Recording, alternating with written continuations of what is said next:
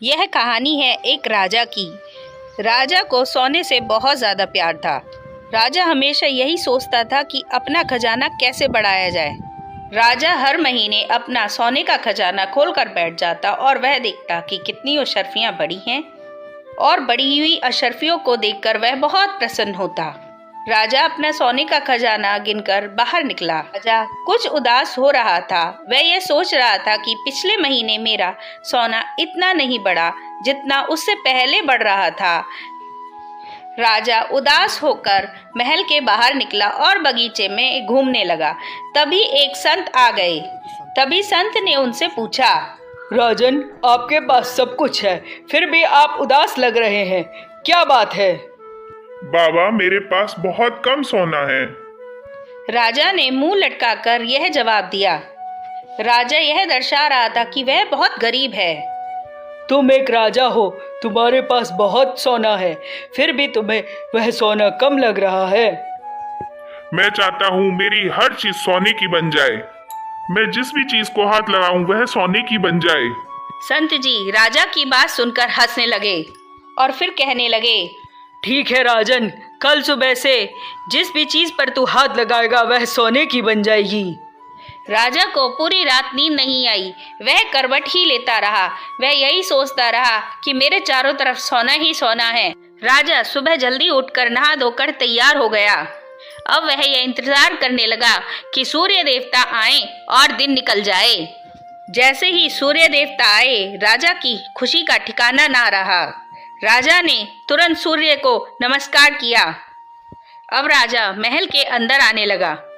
उसने जैसे ही दरवाजे को हाथ लगाया, दरवाजा सोने का बन गया। उसका तो खुशी का ठिकाना ही ना रहा। वह बहुत खुश हो गया। वह अंदर आकर मेज कुर्सी पर हाथ लगाने लगा। जैसे ही उसने मेज कुर्सी पर हाथ लगाया, वह भी सोने की बन गई।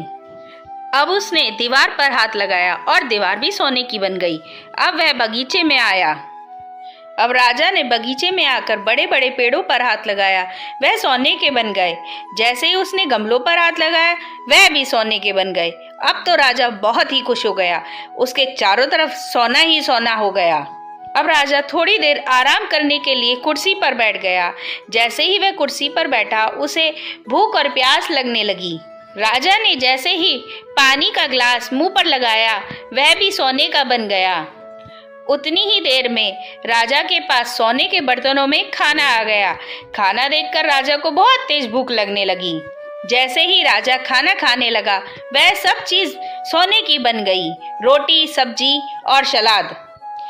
राजा अब यही सोच रहा था कि वह सोने से अपनी भूख प्यास नहीं मिटा सकता।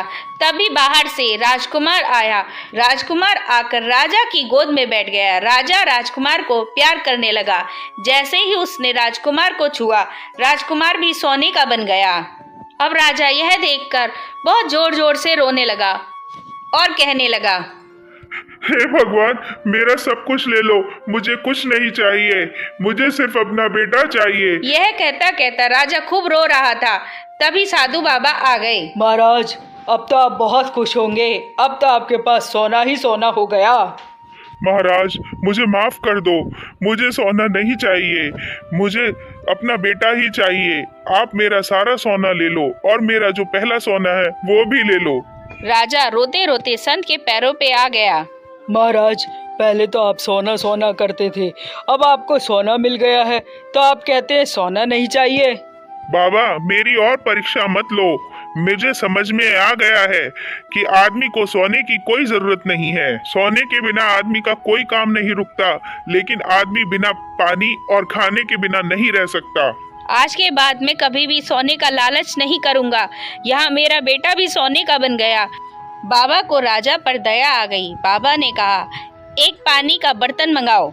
बाबा ने पानी का बर्तन सबसे पहले पौधों में डाला। वह पौधे पहले की तरह बन गए। अब बाबा ने राजकुमार पर पानी डाला।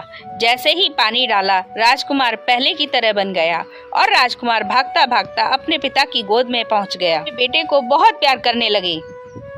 जितना सुकून राजा को अपने बेटे को गोद में लेकर मिल रहा था, वह तो कभी सोने को देखकर भी नहीं मिला।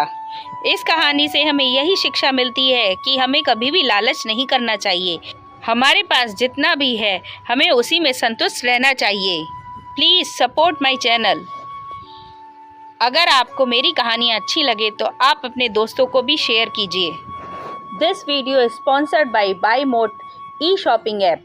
बायमोट e shopping application is one of the online shopping app now available on Play Store and App Store. उठ पिया।